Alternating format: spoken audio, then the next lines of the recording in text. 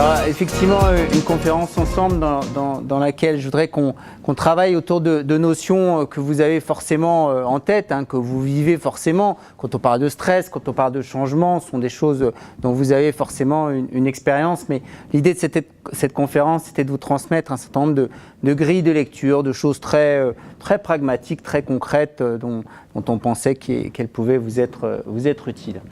Alors, dans le plan de la conférence, je vais essayer d'abord de parler de stress, de parler d'émotions. Vous voyez, ce sont des sujets, alors ce ne sont pas vos sujets techniques, vos sujets habituels, mais à la fois ce sont des sujets qui font partie de la vie et qui font partie de la vie au travail. Donc, je voudrais qu'on essaye de se clarifier ce qu'il peut y avoir derrière les mots.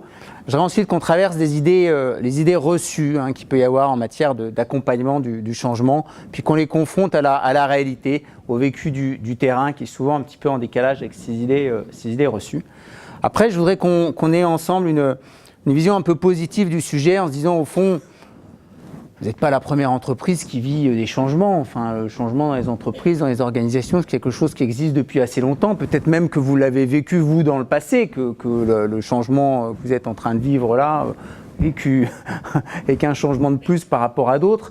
Alors voilà, je voudrais qu'on se dise, au fond, qu'est-ce qui fait qu'un changement est réussi versus qu'est-ce qui fait qu'un changement n'est pas réussi. Qu'on ait cette réflexion-là. Enfin, qu'on se dise, dans une optique un peu plus d'outils, qu'on se dise quelles peuvent être les ressources, sur quoi on peut s'appuyer en période de changement. Et puis enfin, un temps ensemble dans lequel on échangera, un temps de questions, d'échanges. Alors premièrement, je voudrais qu'on se dise un peu qu'est-ce qu'il y a derrière les mots, parce qu'évidemment le mot changement, c'est un mot un peu valise dont on entend parler tout le temps. Alors, premièrement, ce qui est intéressant dans le mot changement, quand on étudie un peu la littérature sur le sujet, c'est grosso modo, c'est un peu un fourre-tout. Alors, dans le mot changement, il y a déjà ce qui est individuel et ce qui est collectif. Ce qui est individuel, par exemple, certains d'entre vous, je sais que vous travaillez sur la notion de polyvalence, donc voilà, vous connaissez un métier, puis vous devez apprendre d'autres métiers. Bon, le changement, ça peut être un élément un peu individuel. Changement, ça peut être collectif.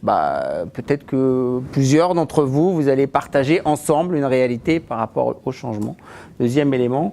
Troisième élément, le changement, ça peut être quelque chose que vous souhaitez. Par exemple, vous voulez devenir manager, vous voulez évoluer vers telle ou telle fonction. Et puis, ça peut être quelque chose que vous subissez.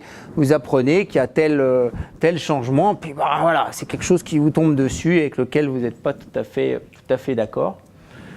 Et puis, dans le changement, il y a évidemment des aspects d'organisation du travail, le nouveau système d'information, le nouvel outil, la nouvelle méthode, et puis des aspects un peu plus comportementaux. On va vous demander d'avoir un rapport un peu différent les uns avec les autres, ou un rapport un peu différent avec les clients. Mais ce qui est important, alors souvent on l'oublie, j'ai essayé de le mettre en vert, je ne sais pas si ça se voit très bien. Souvent, ce qui est important, c'est de ne pas perdre de vue ce qu'on a tendance à perdre de vue, qui est l'étoile polaire commune, si je puis dire, qui est le client. C'est-à-dire qu'après tout changement dans une organisation qui est censée servir des clients doit avoir comme but ultime de mieux servir le client. Si on n'est pas bien sûr qu'on va mieux servir le client, au final du final, on aura du mal à s'inscrire dans le changement.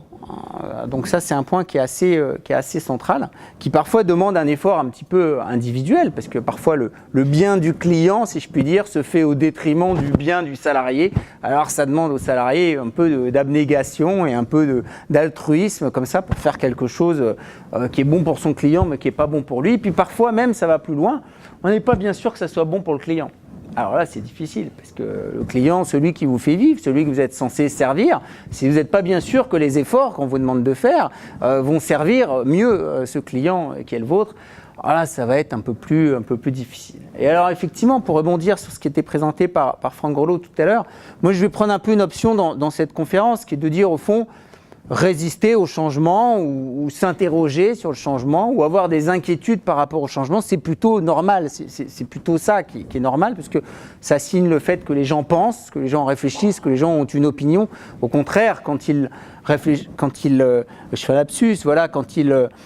s'interrogent pas du tout sur le changement, quand ils résistent pas au changement, c'est que soit ils l'ont décidé eux-mêmes, soit qu'ils réfléchissent pas, soit qu'ils se posent pas de questions, soit qu'ils sont naturellement en adhésion par rapport au changement, mais ce n'est pas tout à fait la norme. La norme, c'est quand même plutôt de se poser des questions, plutôt de s'interroger, plutôt de ne pas être trop d'accord. C'est quand même plutôt ça la norme. Après, le sujet, ça sera de ne pas rester bloqué là-dedans. Parce que c'est sûr que si on est bloqué là-dedans, il y a un moment où ça devient un peu fatigant, mais pour soi et pour les autres. Mais en tout cas, le point de départ, il est toujours et forcément celui-là.